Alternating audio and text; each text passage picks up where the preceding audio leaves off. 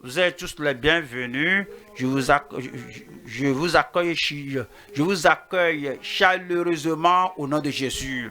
Je prie que le Seigneur récompense votre fidélité à être là à tout moment. Père, nous te remercions ce soir pour ta parole qui a jamais nouvelle, jamais fraîche, qui pénètre tous les cœurs. Nous prions que ta bénédiction accompagne ta parole dans toute vie, dans tout cœur au nom de Jésus. Je prie que ton esprit aille avec la parole et fasse usage de la parole que nous entendons pour que les gens deviennent fermes, restent solides et là où tu as mis chacun de nous et que tu nous gardes en éveil afin que nous écoutions ta parole. Qu'on ne s'endorme pas lorsque tu nous parles. Que la parole de Dieu réveille notre âme, amène le feu au nom de Jésus. Sois glorifié dans chaque vie. Merci Seigneur parce que tu nous as exaucés. Au nom de Jésus, nous prions. Et que l'Église dise Amen. Merci beaucoup. Nous allons au psaume 24. Je lis verset 3 au verset 4. Psaume 24, verset 3 dit: Qui pourra monter à la montagne de l'Éternel, qui s'élèvera jusqu'à son lieu saint. Le verset 4 dit, la réponse vient. Ça dit que celui qui a les mains innocentes et le cœur pur, celui qui ne lie pas son âme au mensonge et qui ne jure pas pour tromper. Ici, le psalmiste David, le roi d'Israël, posait une question. Il voudrait savoir qu'après ce monde, après la vie, après le séjour sur terre, après le service de l'homme sur terre, après que nous serons en face de Dieu, après la mort ou après l'enlèvement, il dit ici que qui pourra monter à la montagne de l'Éternel, qui s'élèvera jusqu'à son lieu saint. N'est-ce pas ce qui doit être votre pensée, réflexion, parce qu'il n'y a pas d'homme, il n'y a pas de femme, il n'y a pas de saint qui viennent dans ce monde et restent pour toujours. Nous ne voulons même pas arrêter dans le monde pour toujours, parce que le monde est comme un désert qui est très terrible et dangereux. Il n'y a personne qui aime vivre dans le désert du monde pour toujours. Nous voulons aller à l'au-delà. Même si nous ne voulons pas aller, un jour, nous quitterons ce monde. Et lorsque nous quitterons ce monde, ce doit être notre souci. Où est-ce que je passerai l'éternité? Où est-ce que vous passerez l'éternité? C'est pourquoi la question est très importante. Qui pourra monter à la montagne de l'Éternel, qui s'élèvera, qui restera, qui demeurera en permanence éternellement à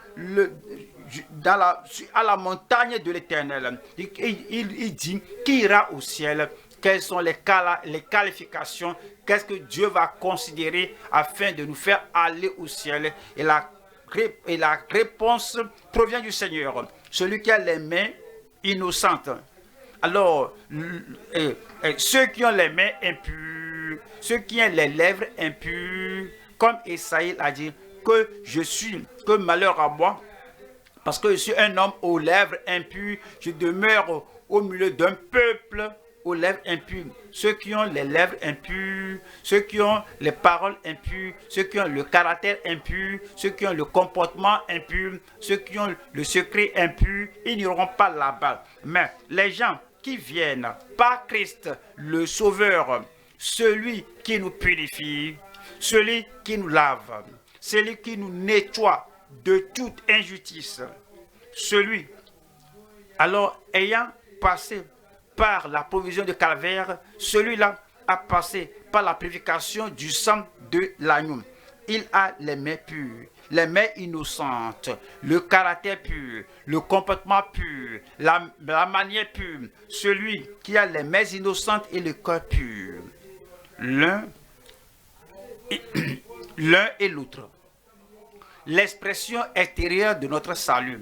Nous avons les mains innocentes, l'expression extérieure de ce que nous voyons dans notre comportement.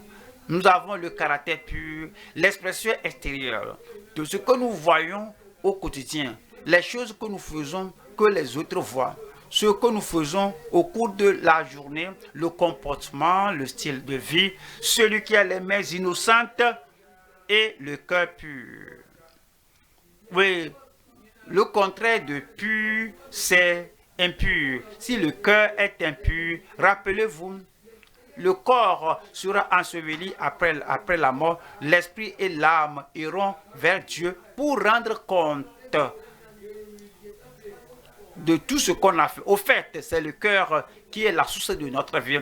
Et c'est ce qui vient au cœur, la méditation du cœur, ce que nous faisons avec le cœur, c'est ce qui détermine tout ce que nous faisons. Le cœur est la source de tout acte, c'est la source de tout langage, de tout comportement, de tout ce que nous faisons. Le cœur pur. Si le cœur est encore comme le corps à l'état original, le péché inné est là. Si le cœur là reste toujours dépravé, impur, non saint, et est désagréable devant Dieu, celui qui a les mains innocentes et le cœur pur. Et puis, il y a quelque chose. La personne qui a les mains innocentes et le cœur pur, il y a quelque chose qu'il ne fera pas. Celui qui ne livre pas son âme au mensonge et qui ne jure pas pour tromper.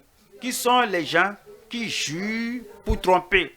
Ils font quelque chose et ils savent que c'est mauvais. Ils disent que je jure Dieu. Et ils disent que je te jure que ceci est ainsi. Et chaque fois, et on ne doit pas jurer. Si réellement on dit la vérité va se déclarer. Pour les gens qui jurent pour tromper, ils jurent faussement, ils jurent pour que Dieu soit témoin de ce qui n'est pas vrai. Ces gens vraiment ne se sont pas connectés à Dieu, qui sont les gens qui vont demeurer à la montagne du Seigneur et demeurer dans son lieu saint. Ce sont les gens qui ont les mains innocentes, les gens qui ont le cœur pur, les gens qui ne lient pas leur âme au mensonge et qui ne jurent pas pour tromper. Nous allons voir le message ce soir qui est les mains et le cœur des saints en route pour le ciel. Nous sommes en route pour le ciel, nous voulons aller au ciel et nous voulons savoir que si quelqu'un nous dit comment être riche, comment être très nanti, si quelqu'un nous dit comment avoir la bonne santé, comment on va se fâcher si quelqu'un nous dit la voie d'aller au ciel. Les qualifications pour être devant le Seigneur, en présence du Seigneur pour toujours. S'il y a une joie que nous avons, c'est que quelqu'un s'intéresse assez à nous dire que voici le chemin vers le ciel. S'il y a un intérêt que nous avons, ce doit être la personne qui dit regardez la provision que Dieu a faite, regardez la provision que Christ a faite, regardez le sacrifice que Christ a fait et qui nous donne des avantages, ce qui nous fait aller au ciel. Alors, nous sommes heureux d'être membres d'une église où on peut nous dire que voici le chemin.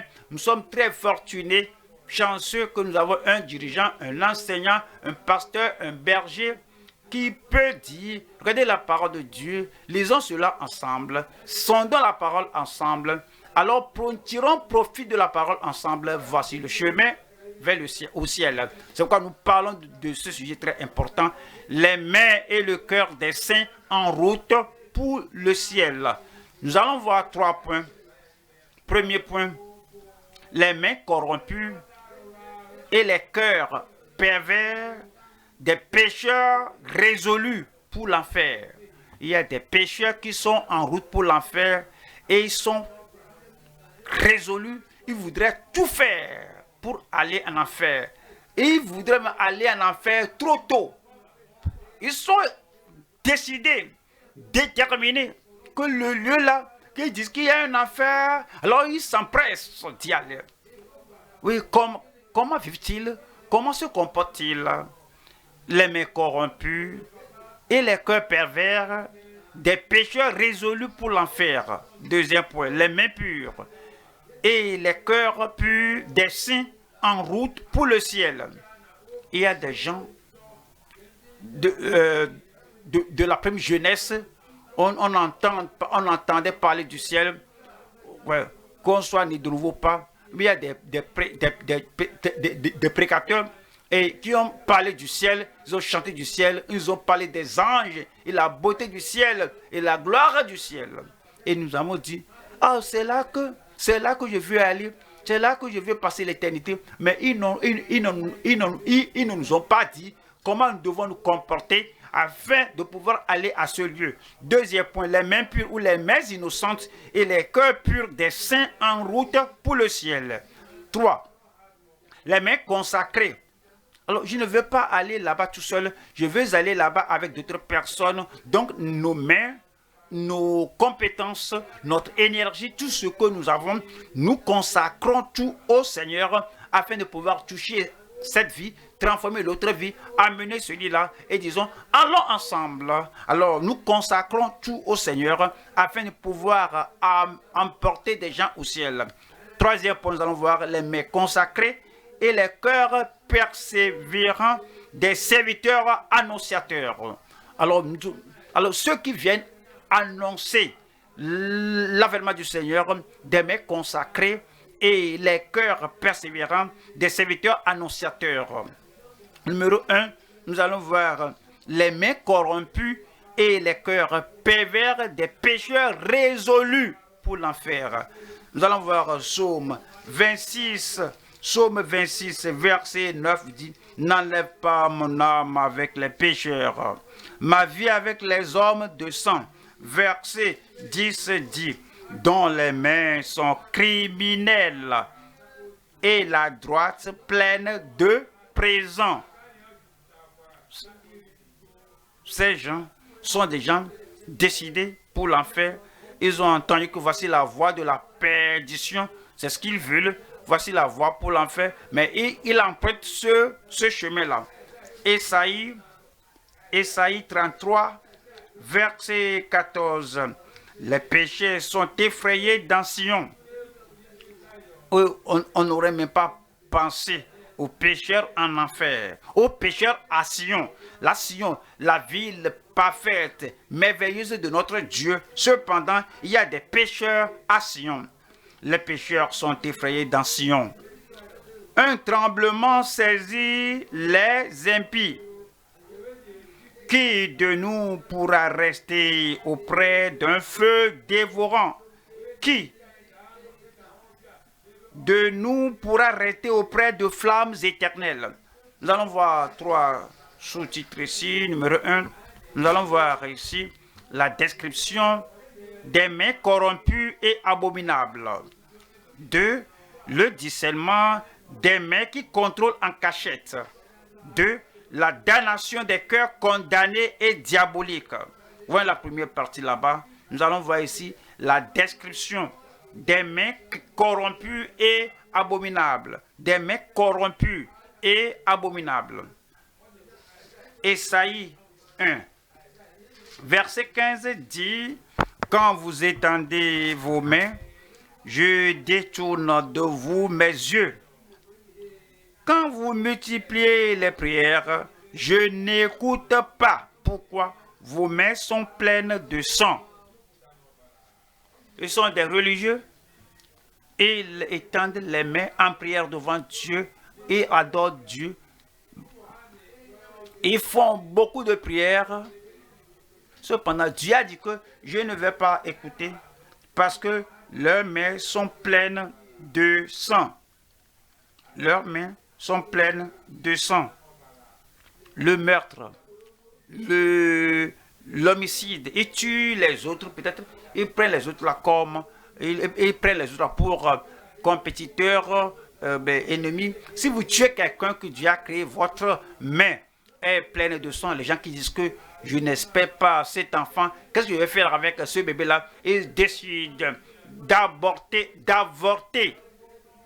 Et ce petit tue le bébé, leurs mains sont pleines de sang, ils sont mauvais. Le verset 16 dit, « Lavez-vous, purifiez-vous, parce que Dieu exige que vos mains soient pures. Alors, qu'est-ce que vos mains font? Qu'est-ce que vos mains pratiquent? Qu'est-ce que vous touchez?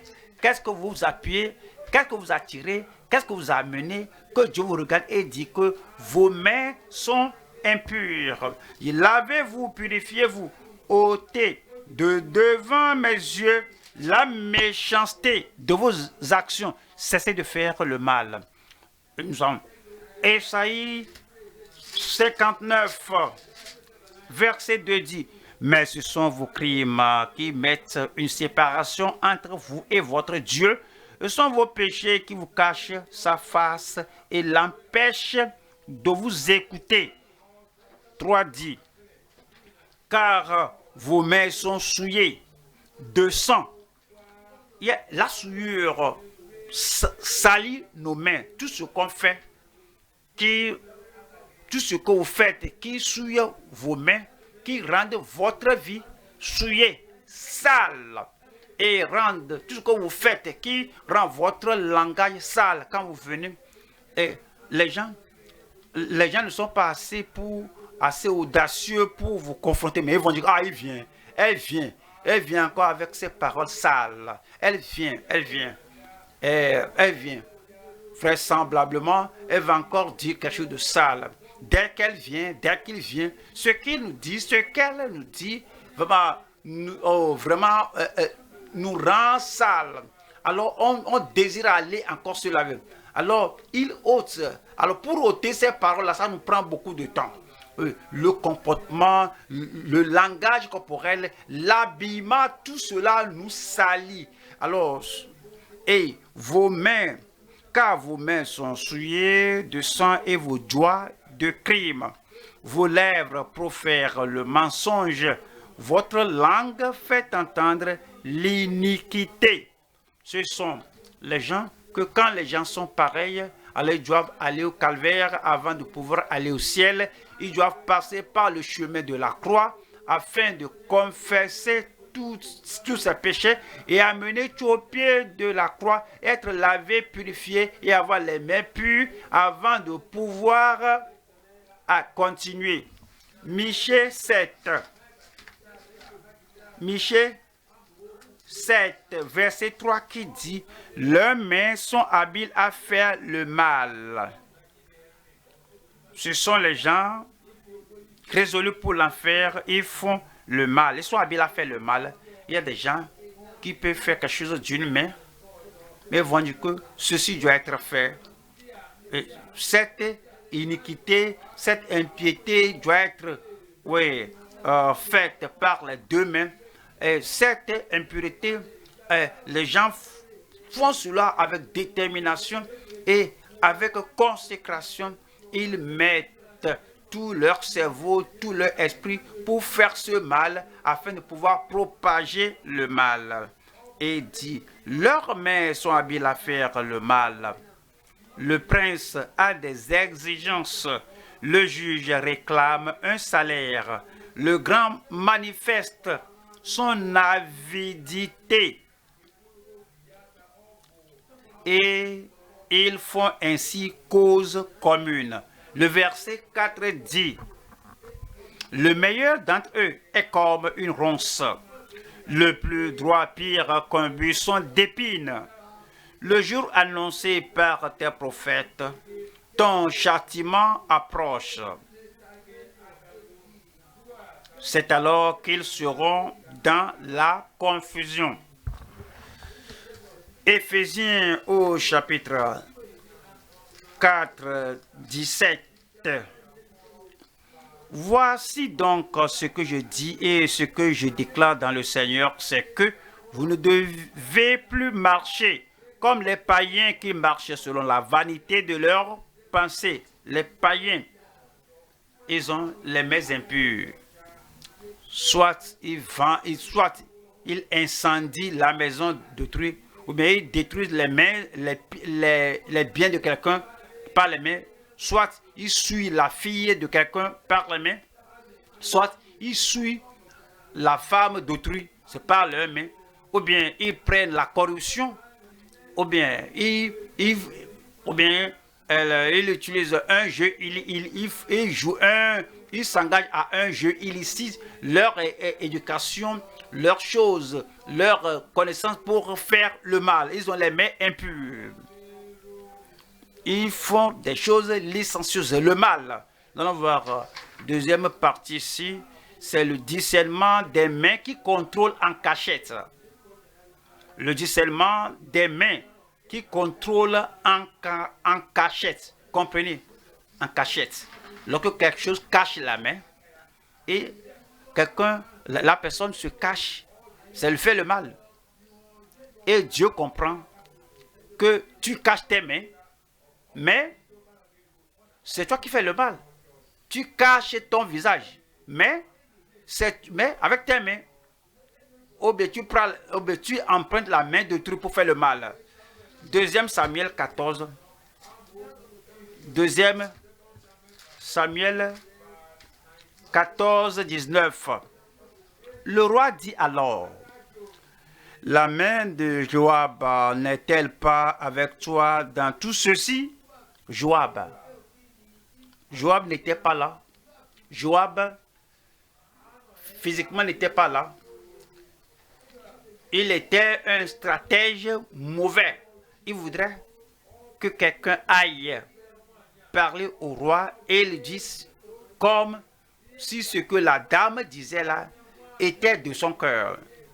La main de Joab n'était pas vue, c'était caché. Mais lorsque la femme est allée raconter son histoire pour contrôler la décision du roi, le roi a vu cela. Le roi dit alors, la main de Joab n'est-elle pas avec toi dans tout ceci? Et la femme répondit, aussi vrai que ton âme est vivante, ô roi mon Seigneur, il n'y a rien à droite ni à gauche de tout ce que dit mon Seigneur le roi. C'est en effet ton serviteur Joab qui m'a donné des ordres et qui a mis dans la bouche de ta servante toutes ces paroles. Vous voyez, lorsque vous ne voulez pas faire quelque chose directement, alors vous ne pouvez pas faire la chose là. Parce que les circonstances ne vous permettent pas de faire cela. Et toi-même, comment tu peux dire cela? Parce que comment tu peux faire ça? Comment tu peux emprunter cette voie? Et puis, mais tu veux que le mal là soit perpétré? Faut pas me citer, faut pas mentionner mon nom, faut pas leur dire que j'étais envoyé. Mais tu sais, va vers lui, va vers elle, et puis parle, dis, alors construis la phrase de cette manière. Cela va le séduire, cela va le flatter, cela va le secouer, et puis la personne vient, et puis apporte la parole de séduction, la parole qui met le monde sens dessus, et les choses qui nous contrôlent et nous envoient, et on t'envoie faire quelque chose de mauvais, et tu es derrière, et c'est toi qui commandites tout cela. Tes mains ne sont pas pures. La personne qui est devenu le messager, la messagère, l'homme messager, la femme messagère pour le projet inique, la personne aussi sera condamnée par le Seigneur. Mais le Seigneur saura que oui, c'est toi qui es la main qui téléguide l'action qui conduit au mal. Voyons chapitre 11, verset 14. Le lendemain matin, David écrivit une lettre à Joab et l'envoya par la main d'Uri. Vous connaissez bien l'histoire? Ce David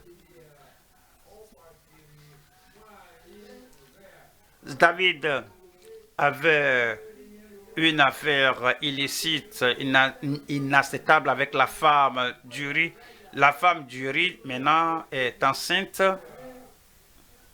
Elle est toujours à l'état d'être féconde, il y a des gens qui ont dépassé l'âge.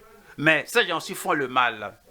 Dans le cas de David, Bathsheba était enceinte, mais la chose va se montrer. On a dit ce que David a fait. Il a écrit une lettre et alors elle a remise à Uri, le mari de Bathsheba. Verset 15, il écrivit dans cette lettre: placez Uri au plus fort du combat et retirez-vous de lui afin qu'il soit frappé et qu'il meure. La main physique de David n'avait pas tué Uri, mais il a envoyé une lettre écrite par lui-même. Et Uri, voyant David qui paraissait innocent, un dirigeant, mais qui a le contrôle de la guerre, et Uri et Joab a reçu la lettre. Voyons chapitre 12, verset 9. Pourquoi donc as-tu méprisé la parole de l'Éternel en faisant ce qui est mal à ses yeux? Tu as frappé de l'épée Uri le Héthien. Tu as pris sa femme pour en faire ta femme, et lui, tu l'as tué par l'épée des fils d'Ammon. Voilà le verset 10. Maintenant, l'épée ne s'éloignera jamais de ta maison, parce que tu m'as méprisé, et parce que tu as pris la femme d'Uri, le Héthien, pour en faire ta femme. Finalement, alors tout est remis entre les mains de David. Ouais, Dieu sait ce que vous faites, il sait ce que vous complotez, Dieu sait ce que vous concevez, le mal que vous faites. Vous pourrez le faire en passant par quelqu'un d'autre. Vous pouvez faire cela par la main d'autrui. Mais Dieu dit, je t'ai vu, je l'ai vu, tu ne peux pas le cacher, tu n'as pas les mains innocentes, tu n'es pas prêt pour le ciel. Et tu fais quelque chose de cette manière, tu utilises les gens à faire le mal, tu utilises les gens à mentir, tu utilises les gens à fabriquer des histoires pour détruire le temple, l'assemblée du peuple de Dieu. Tes mains ne sont pas pures.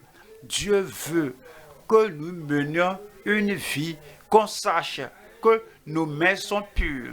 Mais nous ne faisons rien directement, nous ne faisons pas le main, nous ne faisons rien de mal et on ne cache pas la main pour utiliser les gens, à les envoyer comme pécheurs, qu'ils aillent faire le mal, qu'ils aillent dire quelque chose de mauvais. Voyons, acte 2. Acte des Apôtres, chapitre 2, 23.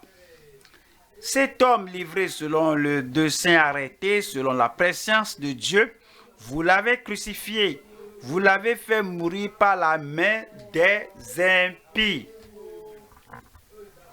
Ici, Pierre prêchait aux gens à Jérusalem au jour de la Pentecôte. Il a dit que par les voyez, la main des impies, la main des gens qui ont crucifié Jésus. Mais vous êtes responsable de cela.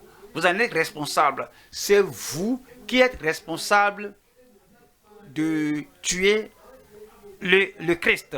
Et le verset 36 dit que toute la maison d'Israël sache donc avec certitude que Dieu a fait Seigneur et Christ, ce Jésus que vous avez crucifié.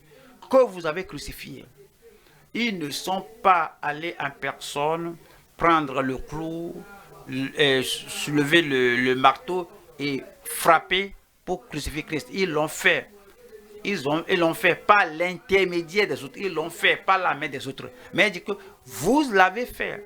Alors vous comprenez. Et ils ont compris, ils ont accepté qu'ils ont utilisé les autres, les mains des autres, mais ils étaient responsables de la crucifixion. Le 37 dit, après avoir entendu ce discours, ils eurent le cœur vivement touché et ils dirent à Pierre et aux autres apôtres, hommes frères, que nous sommes coupables, nous sommes convaincus, que ferons-nous? Alors on leur a dit de se repentir. La troisième partie, si nous allons voir ici la damnation des cœurs condamnés et diaboliques. La damnation des cœurs condamnés et diaboliques. On va à Jérémie 17, 9. Jérémie 17, 9. Le cœur est tortueux par-dessus tout. Je le ferai et puis je ne serai pas retrouvé. Votre cœur vous séduit. C'est un cœur mauvais, un cœur impur. Si je ne serai pas pris, si je ne serai pas retrouvé, si je ne serai pas découvert, donc je peux le faire. Tu n'as pas réellement l'âme, une âme convertie, tu n'as pas le véritable salut. Si tout ce qui fait ton souci, c'est qu'ils ne vont pas savoir que c'est moi qui l'ai fait, alors je vais me cacher quelque part et je vais téléguider, contrôler toutes les choses mauvaises qui se produisent. Et dès qu'on ne me retrouve pas, que c'est moi, et je vais échapper au jugement des hommes. Vous ne croyez pas en Dieu. Dieu n'est pas dans vos pensées. Vous ne pensez pas que Dieu voit tout acte. Dieu voit l'homme, la femme, derrière le rideau. Non, vous ne pensez pas ça. Vous ne croyez pas réellement en Dieu. Vous croyez en Dieu comme les pharisiens. Vous croyez en Dieu comme les sadduciens. Vous croyez en Dieu comme les pécheurs inconvertis dans la société. Mais le vrai sens est de croire que Dieu est partout, Dieu voit tout, Dieu connaît tout, Dieu va tout juger, va juger toutes choses mauvaises. Cela, vous n'y croyez pas. Le cœur est tortueux, par-dessus tout, et il est méchant. Qui peut le connaître? Le verset 10 dit, moi, l'Éternel, j'éprouve le cœur, je sonde les reins, pour rendre à chacun selon ses voies, selon le fruit de ses œuvres. C'est pourquoi Ésaïe 5, Ésaïe chapitre 5, verset 4 dit, qu'avait-il encore à faire à ma vigne que je n'ai pas fait pour elle? Pourquoi, quand j'ai espéré qu'elle produirait de bons fruits, en a-t-elle produit de mauvais? Que tout ce que je devais faire, je l'ai fait pour le monde. Dieu a envoyé Jésus-Christ. Il a mené une vie parfaite et exemplaire. Il est allé à la croix, il était mort pour nous. Il dit que quiconque veut qu'il vienne, il dit quiconque vient, que je ne mettrai pas dehors celui qui vient à moi. Nous avons l'opportunité, le privilège d'avoir les mains innocentes, les mains pures au calvaire de Christ. Il peut purifier, il peut pardonner, il peut laver, il peut transformer, changer notre vie. Qu'est-ce que Dieu peut faire qu'il n'a pas fait pour notre salut? Et puis, il peut purifier notre cœur, il peut nous laver pour nous nettoyer, il peut nous sanctifier, il peut nous faire vivre la vie qui est, mener la vie qui est acceptable à lui. Est-ce que nous sommes intéressés à mener la vie là, ou bien nous sommes intéressés à faire le mal? Est-ce que nous sommes vendus à faire le mal, que nous ne voulons même pas aller au calvaire? Dieu dit, qu'est-ce que je dois faire que je n'ai pas fait pour mon peuple? Voyons le verset 13 qui dit, c'est pourquoi mon peuple sera soudain emmené captif, sa noblesse mourra de faim et sa multitude sera desséchée par la soif. Le verset 18 dit, malheur à ceux qui tirent l'iniquité avec les cordes du vice. Alors, il est portraiture comme ils sont ici, ils sont assis ici, ils se sont positionnés ici. Et c'est comme ils n'ont pas la chance d'aller commettre l'iniquité dehors là-bas. Ils restent ici et adoptent des stratégies et ils s'attirent l'iniquité. Et du malheur à ceux qui tirent l'iniquité vers les cordes du vice et le péché comme les traits d'un char. Osée chapitre 7, verset 2. Ils ne se disent pas dans leur cœur que je me souviens de toute leur méchanceté. Ils ne pensent pas qu'il y a Dieu. Il y a des gens qui lisent la parole de Dieu, étudient la parole, écoutent la parole, mais quand il s'agit de l'action pratique, ils ne pensent pas qu'il y a Dieu. Ils mènent leur vie, ils se souillent les mains comme d'habitude, et ils se souillent et ils souillent leurs pensées. Alors, comme ils le font d'habitude, ils ne pensent pas qu'il y a Dieu. Ils ne se disent pas dans leur cœur que je me souviens de toute leur méchanceté. Maintenant, leurs œuvres les entourent. Elles sont devant ma face. Nous allons Matthieu 23, 25. Malheur à vous, scribes et pharisiens hypocrites. Est-ce que vous aimez tel que Jésus agit sans séduire personne dans la prédication? Ouais, comment Jésus, la personnification de la parole, il ne parle pas indirectement, il ne mâche pas les mots, il ne dit pas les choses pour cacher. Non, il veut qu'il aille au ciel, il veut qu'il ait les mains innocentes, les mains pures et le cœur pur. Il veut qu'ils reconnaissent qu'ils ont tort. Il a dit, malheur à vous, scribes et pharisiens hypocrites, parce que vous nettoyez le dehors de la coupe et du plat, et qu'au-dedans, ils sont pleins de rapine et d'intempérance. Voilà le verset 28. 28 dit, vous de même, au dehors vous paraissez juste aux hommes. Juste aux hommes. Vous rappelez Judas Iscariot? Seul Christ savait qu'il n'avait pas les mains innocentes et le cœur pur. Les autres disciples, ils croyaient que nous sommes les mêmes. Il est sauvé, il est sauvé. Nous sommes sanctifiés, il est sanctifié. Alors, c'est comme ils avaient les mêmes responsabilités. Ils sont envoyés, Pierre, Jean, Jacques, Matthieu, comme ils ont guéri les malades. Regardez, Judas Iscariot aussi utilisait le nom de Jésus et guérissait les malades et tous de retour. Alors, ce n'est pas que les autres ont fait le travail à succès, mais pas Judas. Non, personne ne l'a détecté. Mais Jésus a dit, Judas, que ce que tu fais là, fais-le rapidement. Mais rappelle-toi, il est mieux que le Fils de Dieu ira selon ce qui est arrêté. Mais malheur à celui par qui le Fils de l'homme sera livré, trahi.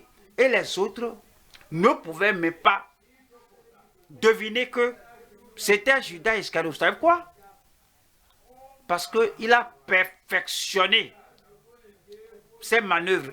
Il a perfectionné l'usage de ses mains. Allez vers les pharisiens et dire que, mais qu'allez-vous me donner? Je vais le trahir, je vais vous le livrer. Et aucun des autres disciples ne pouvait qu'il projetait quelque chose de mauvais. Mais que profitera-t-il là? Que profitera-t-il à un Judas, un hypocrite, un rétrograde de gagner le monde entier et perdre son âme? Et que c'est dit. Et parce que vous paraissez Parce que vous nettoyez les dehors de la coupe et du plat qu'au-dedans. Voilà le verset 33. Serpent rade sa race de vipère, comment échapperez-vous au châtiment de la géhenne? Le châtiment de l'enfer pour le cœur condamné. Nous allons au deuxième point. Et avec les mains pures ou innocentes, alors on a visité le calvaire. Nous sommes restés par la foi la confession sous le sang de l'agneau.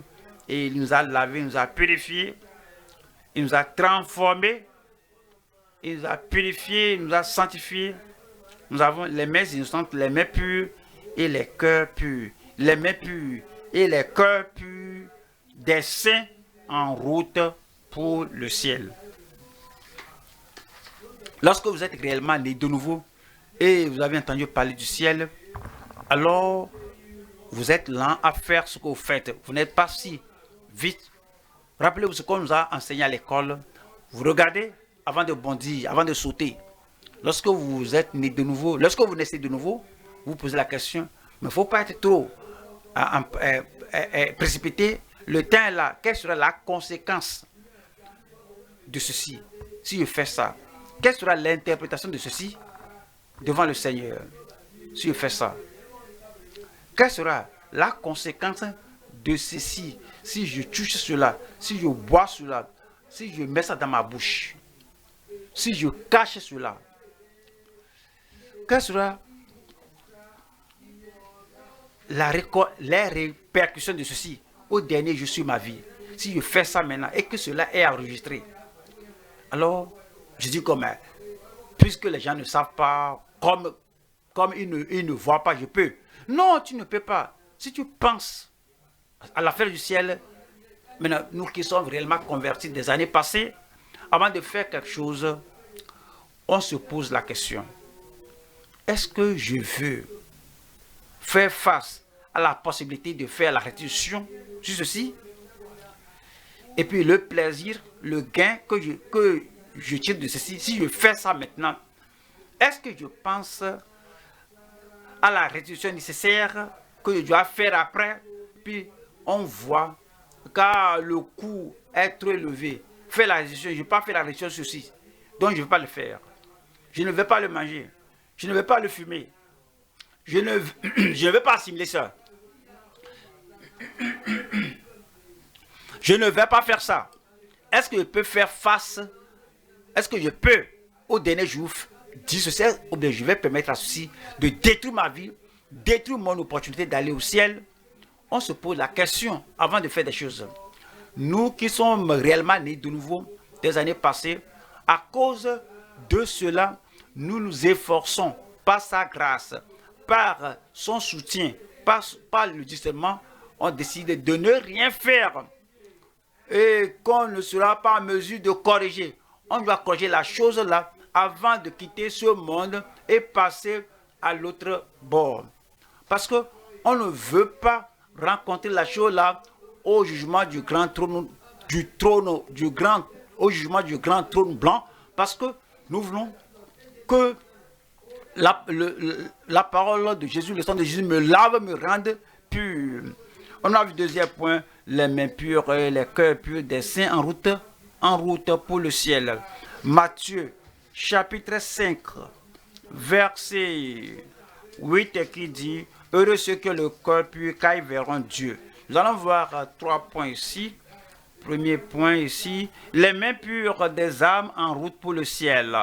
2, le cœur pur des saints célestes. 3, la sainteté véritablement confirmée avec la fermeté qui conduit vers le ciel. Nous allons voir la première partie ici.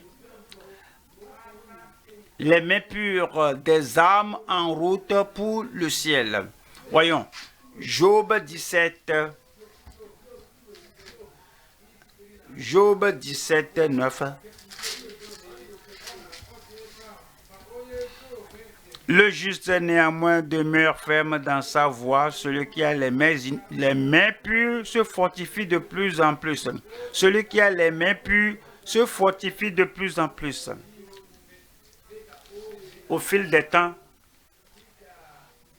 comme le temps passe, les défis auxquels on est confronté deviennent plus grands, les tentations confrontées deviennent plus traumatisantes et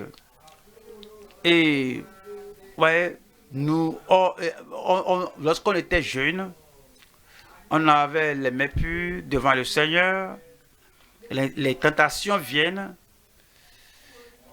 Ce sont les tentations initiales, pas de grandes tentations. On pouvait les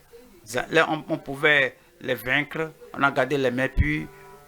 Au fil des temps, les tentations, les défis deviennent très grands, les menaces très grandes, les choses deviennent très attrayantes et plusieurs personnes s'affaiblissent comme ils parcourent la vie, comme ils font face à beaucoup de défis, comme on vieillit, beaucoup de personnes deviennent plus peureux et les choses auxquelles on faisait face dans la vie, on ne peut plus confronter ça. Il y a beaucoup de menaces. Les gens, la douleur de faire face de défier, de résister à ces tentateurs. Maintenant, on a les mains basses. Le Dieu qui nous a aidés les premières années est toujours là. Le Christ qui vivait en nous est toujours là. Il vit plus grand. Plus que tout le monde dans le monde, et les justes qui sont justes par la foi, ceux qui sont justes par le sacrifice du Seigneur Jésus-Christ, alors il continue. Et celui qui a les mains pures se fortifie de plus en plus. Amen. Vous serez de plus en plus forts au nom de Jésus. Mais nous devons comprendre. Oui, on a vaincu avec les mains pures, le cœur courageux, ces premières années, parce que dans votre salut en tant que jeune, vous étiez fort, plus que le tentateur, vous étiez fort, plus que les gens qui vous invitent à faire quelque chose d'insensé, quelque chose de sale, quelque chose de charnel. Mais maintenant, tous ces gens-là qui vous ont tenté en ce temps-là, et les choses qui vous attiraient en ce temps-là, que vous avez surmonté, et les gens qui vous tentent aujourd'hui, les gens qui vous attirent, qui vous taquinent aujourd'hui, oui, étaient plus forts que les tentateurs et tentatrices du passé. Si vous êtes resté au même niveau d'engagement, vous êtes resté au même niveau de force, ils vont te vaincre. Mais si les ennemis d'aujourd'hui, les tentateurs, les tentatrices d'aujourd'hui, si les situations d'aujourd'hui sont plus élevées, sont plus grands, sont plus élevés que le passé, et vous aussi, vous restez devant le Seigneur, parce que ceux qui espèrent l'Éternel renouvellent leur force. Vous devenez plus forts que les années passées, quelle que soit la force que l'ennemi, que les tentateurs ont. Alors vous serez en haut, vous serez au-dessus d'eux. Je serai toujours au-dessus d'eux. S'ils vous rabaissent, vous n'êtes pas aussi fort que vous le deviez. S'ils vous déstabilisent, vous n'êtes pas aussi fort que vous le devez. Si vous dites que oui, je suis fort comme je l'étais 20 ans passé, cela ne peut pas vous aider. Vous devez être plus fort que vous ne l'étiez. Pour que vous ayez votre victoire, vous allez garder la victoire. Allons à la deuxième partie ici. Le cœur pur des saints célestes. Le cœur pur des saints célestes.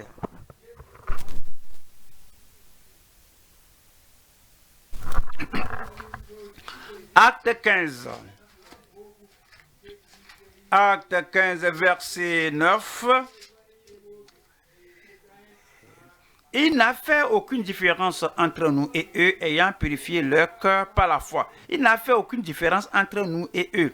Devant Dieu, il ne met aucune différence entre vous et Enoch. Oui, la grâce qu'il a donnée à Enoch, il vous la donne. Alors, entre Entre vous et Daniel, il n'a fait aucune différence entre vous et Sadra, Meshach et Abednego. La même grâce qu'il a donnée, la même force qu'il leur a donnée, la même fortitude qu'il leur a donnée. Alors, il veut vous l'offrir. Il n'a fait aucune différence entre nous et eux. Pierre, il n'a fait aucune différence entre Pierre et Corneille. Il n'a mis aucune différence entre vous et Pierre et Paul et Silas. La grâce de Dieu est toujours débordante. La puissance de Dieu est toujours disponible. Ils ont vaincu en leur temps et ils ont maintenu ce cœur purifié, le cœur pur. Vous le ferez. Vous le pouvez. Le Seigneur ne va pas sinon diminuer la grâce, diminuer la promesse parce que c'est vous qui demandez. Non, il n'y a pas de différence. Dieu les a sanctifiés, il nous sanctifie. Il les a purifiés, il nous purifie. Alors il les a préservés et il nous préserve aussi au nom de Jésus-Christ. Il n'a fait aucune différence entre nous et eux, ayant purifié leur cœur par la foi. Par la foi. C'est la seule manière qu'il fait cela. Il a fait pour Enoch par la foi, Abraham par la foi, Samuel par la foi, Daniel par la foi, Sadrak, Meshach et Abednego par la foi. Et cette foi est toujours ce qui est requis aujourd'hui. Aujourd'hui, Dieu n'a pas changé. Oui, il croit que Dieu va les préserver de la pollution du pays. Et vous aussi, vous croyez que le Seigneur vous préservera de la pollution, de la souillure, de l'abomination du pays. Alors, il n'a fait aucune différence entre nous et eux, ayant purifié leur cœur par la foi. Il le fera pour chacun de nous. Voyons, 2 Timothée 2, 2 Timothée 2, 21. Si donc quelqu'un se conserve pur, en s'abstenant de ces choses, il sera un vaste d'honneur, sanctifié, c'est ça, utile à son maître, propre à toute bonne œuvre. Le verset 22 dit, fuis les passions de la jeunesse et recherche la justice.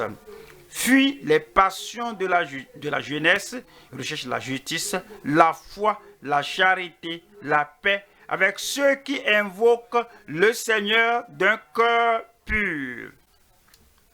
Ceux qui invoquent le Seigneur d'un cœur pur. Le Seigneur leur a donné la pureté de cœur. Il l'accordera à chacun de nous. 1 Pierre 1. 1 Pierre 1, 14. Comme des enfants obéissants, ne vous conformez pas aux convoitises que vous aviez autrefois quand vous étiez dans l'ignorance. 15. Mais puisque celui qui vous a appelé est saint, vous aussi soyez saints dans toute votre conduite. Dans toute votre conduite. Dans toute votre conduite. La conduite le jour, la conduite la nuit, la conduite dans la famille, la conduite en dehors de la famille, la conduite avec les croyants, la conduite avec les non-croyants, que vous faites parce que Dieu écoute toute conversation et Dieu regarde toute conduite. Dieu voit ce qui se fait en public et en privé. Et puisque celui qui vous a appelé est saint, vous aussi soyez saints dans toute votre conduite. Selon qu'il est écrit, verset 16, vous serez saints car je suis saint. Avez-vous jamais pensé à cela? Vous serez saints car je suis à la vie profonde? Non. Vous serez saints car si ma femme l'apprend que j'ai cette relation-là avec la femme-là, ma femme serait blessée. Donc ma femme a l'hypertension, je ne veux pas qu'elle ait une crise. Non. Vous serez saint car je suis saint. D'une nation à une nation, Dieu demeure le même. Je suis saint. D'une dénomination à une autre dénomination, Dieu est le même. Je suis saint. en privé, en public. Dieu est le même, car je suis saint. La raison pour laquelle nous avons on a l'expérience de la sainteté, cela va déterminer si réellement nous allons garder l'expérience de la sainteté ou pas. Je dois être saint. Pourquoi? Parce que je dois travailler à l'église. Et s'il n'y a pas l'occasion de travailler à l'église, je vais être saint parce que je veux que les gens apprécient mon style de vie. Et si après vous êtes devenu saint et que les gens ne vous apprécient pas, qu'allez-vous faire? Nous devons avoir la bonne raison. Il dit, vous serez saint car je suis saint. Dieu est saint. Même si personne sur terre ne voit ce que je fais, je dois toujours être saint. Parce que Dieu est saint. Et si nous irons aller au ciel, vivre avec Dieu au ciel, c'est pourquoi nous devons être saints. Heureux ceux qui ont le cœur pur, car ils verront Dieu. Et dit, vous serez saints, car je suis saint. Le verset 22 dit, ayant purifié vos âmes en obéissant à la vérité pour avoir un amour fraternel sincère, aimez-vous ardemment les uns les autres de tout votre cœur. Aimez-vous ardemment les uns les autres de tout votre cœur. Si vous aimez quelqu'un avec un cœur impur, ce n'est pas l'amour, ça c'est la convoitise. Si vous aimez quelqu'un pour un motif ultérieur, ce n'est pas l'amour, c'est l'hypocrisie. Si vous aimez quelqu'un et non d'un cœur purifié, je ne demande rien ici, je ne cherche rien, je ne cherche aucun gain ici, je ne cherche rien de gain, seulement j'obéis à Dieu, mais j'aime les frères, j'aime les sœurs d'un cœur pur. S'il y a un motif caché, s'il y a un motif impur, s'il y a un gain illicite qu'on cherche, s'il y a un plaisir unique, pécheur qu'on cherche et on manifeste l'amour, Dieu comprend le motif. Et devant Dieu, cela n'est pas l'amour céleste, pieux. Mais d'ici que aimez-vous ardemment les uns les autres de tout votre cœur.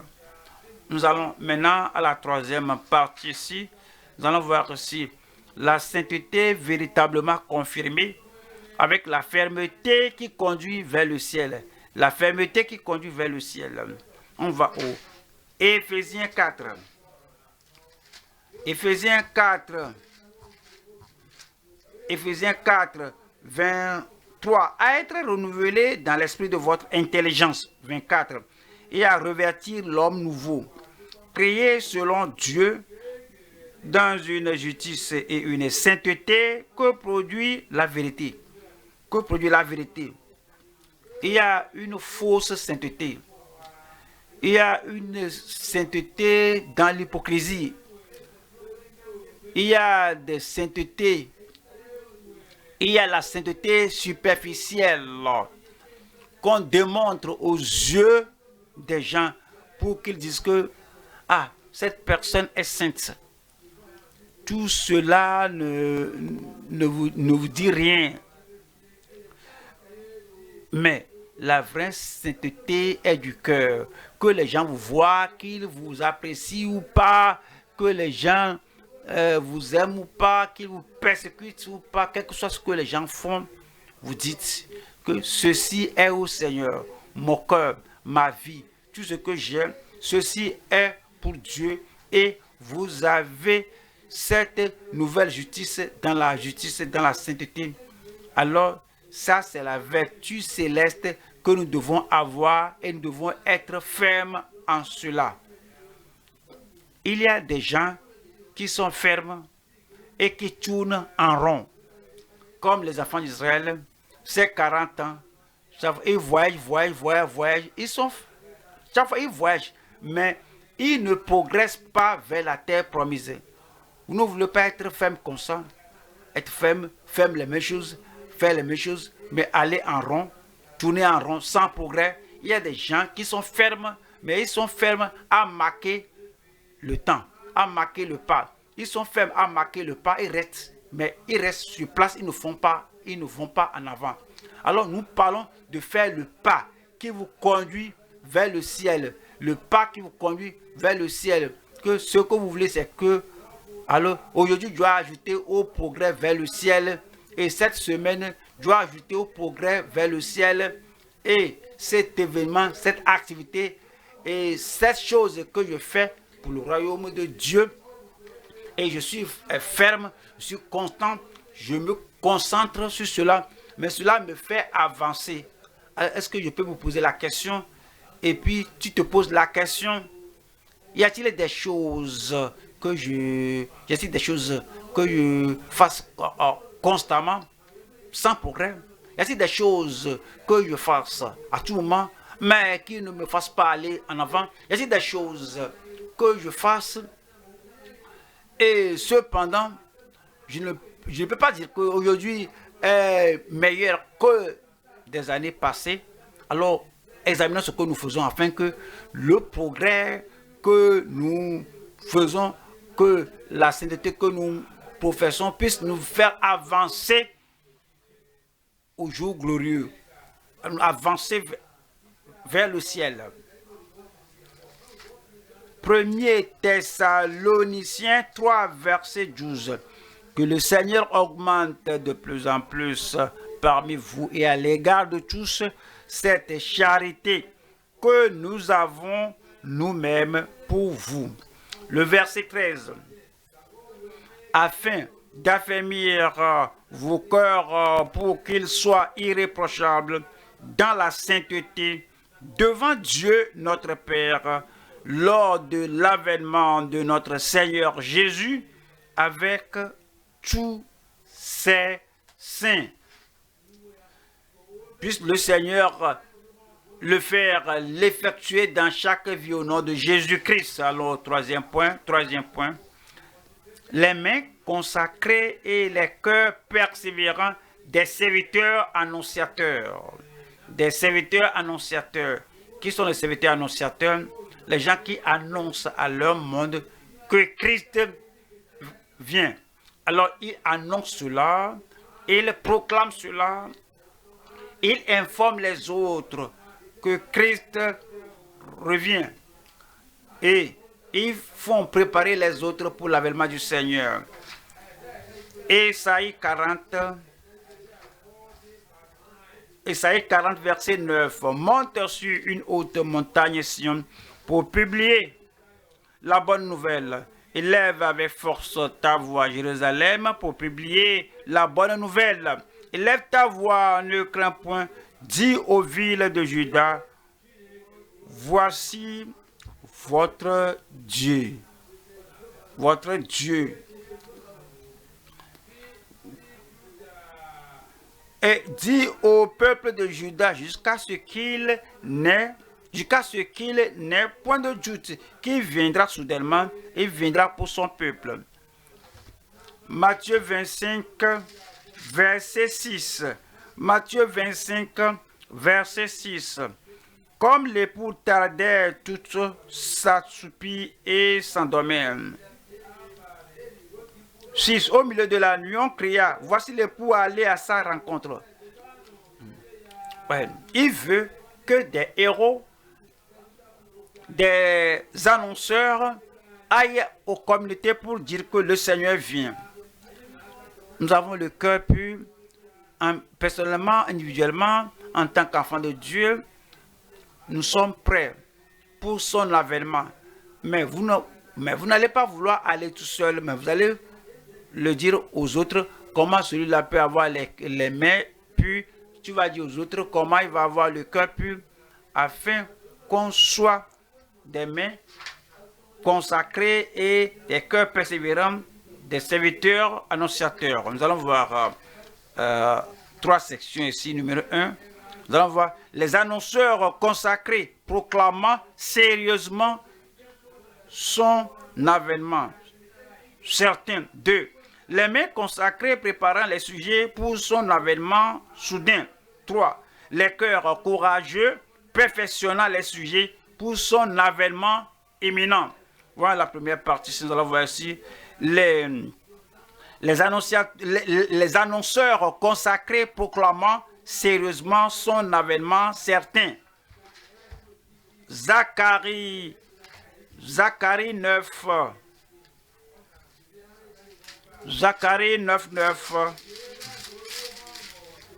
Sois emporté d'allégresse, fille de Sion, pousse des cris de joie, fille de Jérusalem. Voici ton roi vient à toi. Ton roi vient à toi. À toi, il est juste et victorieux. Il est humble et monté sur un âne.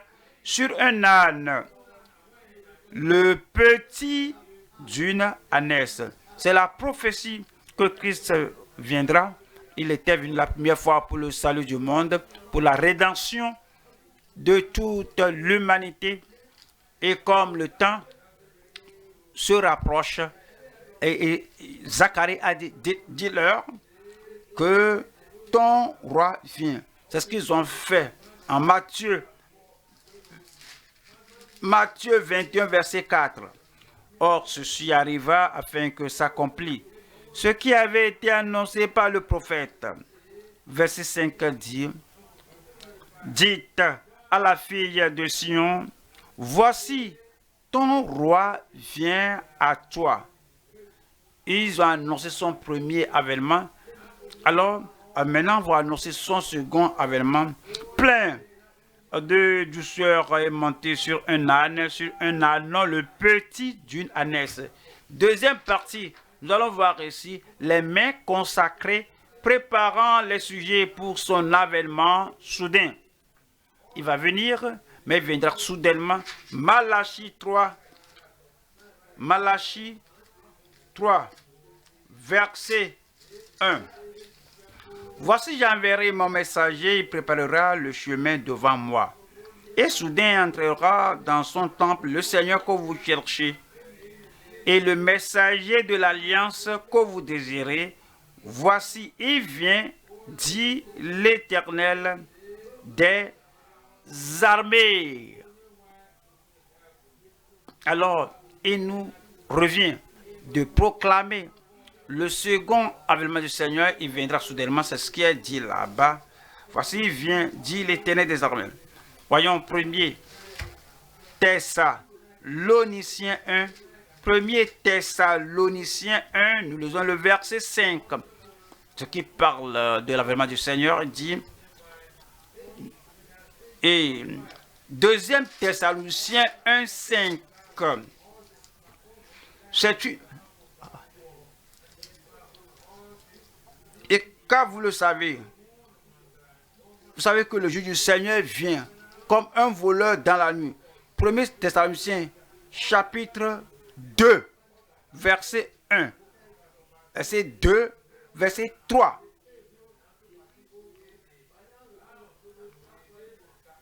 Verset 2. Lorsqu'on dira paix sur la terre, que tout va bien maintenant, que la civilisation augmente, maintenant il y aura la paix partout. Mais quand on dira paix sur la terre, la destruction viendra sur eux comme une femme dans l'enfantement et ils n'échapperont pas. Ceux qui ne sont pas sauvés, le Seigneur viendra soudainement et ils ne vont pas échapper. Ceux qui suivent leurs mains par la corruption, ceux qui suivent leurs mains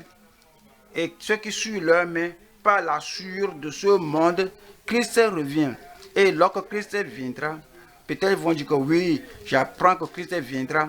C'est ainsi qu'on le dit et que je vais réparer les choses, je vais faire les choses, mais je vais toujours faire ceci et faire cela. Et continue de suivre leurs mains. Soudainement, le Seigneur viendra.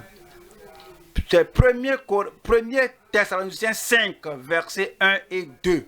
C'est ce que le Seigneur nous dit. En Marc 13, Marc 13, verset 35. Veillez donc, car vous ne savez quand viendra le maître de la maison, ou le soir, ou au milieu de la nuit, ou au chant du coq, ou le matin. 36 dit, craignez qu'il ne vous trouve endormi. Craignez qu'il ne vous trouve endormi. À son arrivée soudaine, 37, ce que je vous dis, je le dis à tous, veillez. Luc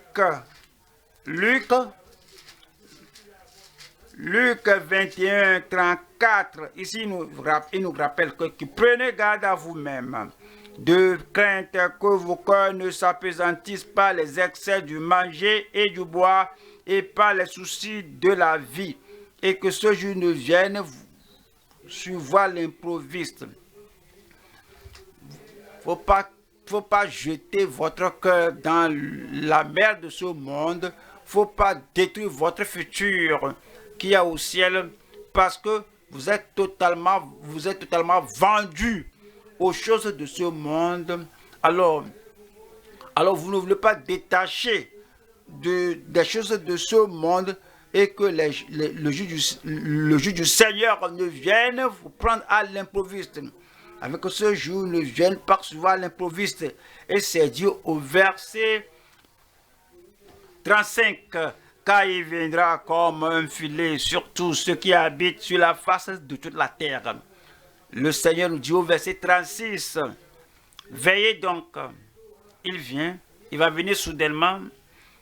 Veillez, le Seigneur viendra soudainement. Veillez, donc, il viendra à l'improviste. Et c'est un avènement sûr, certain. Il viendra. Comme c'était au temps de Noé, au temps de Lot, ils mangeaient, buvaient, mariaient, se mariaient, plantaient, faisaient tout, jusqu'à ce que le jour-là vienne sur eux à l'improviste. Et ils n'ont pas échappé au jugement de Dieu. Veillez donc et priez en tout temps, afin que vous ayez la force d'échapper à toutes ces choses qui arriveront et de paraître debout devant le Fils de l'homme. Nous allons à la troisième partie ici. Les cœurs courageux perfectionnant les sujets pour son avènement imminent. Les cœurs courageux préparant les saints, perfectionnant les saints, et poursuivant les saints et les ravissant des choses du monde qui vont essayer d'assombrir leur vision et les aveugler, comme on essaie de faire cela en tant qu'héros du Seigneur, en tant que messager du Seigneur, parce que nous devons être courageux, parce que Satan peut se tenir sur votre chemin. Tu es sauvé. Va-t'en. Pourquoi toi tu veux prendre ces gens? Parce que Satan pourrait empêcher, il pourrait se tenir devant toi. Sois courageux. Pourquoi? Parce que les gens que tu veux aider, les gens que tu veux faire sortir de ces choses du monde, ces gens-là seront si cloués, si collés à ces choses. Les gens que vous voulez même aider, ils vont même vous haïr. Vous devez être courageux, que quelque chose que vous me faites, quelque chose que tu me dites, quel que soit tes réactions, je sais mon but et mon objectif. Je dois te préparer pour l'avènement du Seigneur. Si vous voyez les ronces, les épines sur la voie, les défis sur la voie, si vous voyez les dérangements sur la voie, vous pourrez dire, mais quel est mon problème? Pourquoi je suis très empressé à faire cette chose? Mais ils ont la Bible, ils peuvent lire la Bible, ils peuvent s'apprêter eux-mêmes. Après tout, plus je cours après eux, plus je les poursuis et les faire sortir de leur léthargie pour les amener à être prêts pour l'avènement du Seigneur.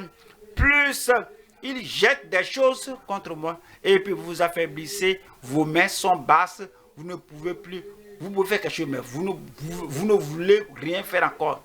C'est pourquoi il faut le courage pour aller là-bas et dire aux gens, aux gens qui sont ignorants de l'avènement soudain du Seigneur, afin qu'eux aussi puissent répondre à la question que qui demeurera à la montagne du Seigneur et à son lieu saint, afin qu'il soit sauvé. Et nous qui avons les cœurs purs et les mains innocentes et le cœur pur.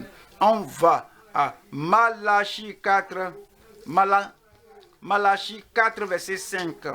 Voici, je vous enverrai. Il est le prophète avant que le jour de l'Éternel arrive, ce jour grand et redoutable. 6 dit, il ramènera le cœur des pères à leurs enfants et le cœur des enfants à leurs pères, de peur que je ne vienne frapper le pays d'interdit. Colossiens, chapitre 1. Colossiens 1, 28. Celui que nous annonçons, exhortant tout homme. Alors il faut le courage. Le père est sorti là une fille.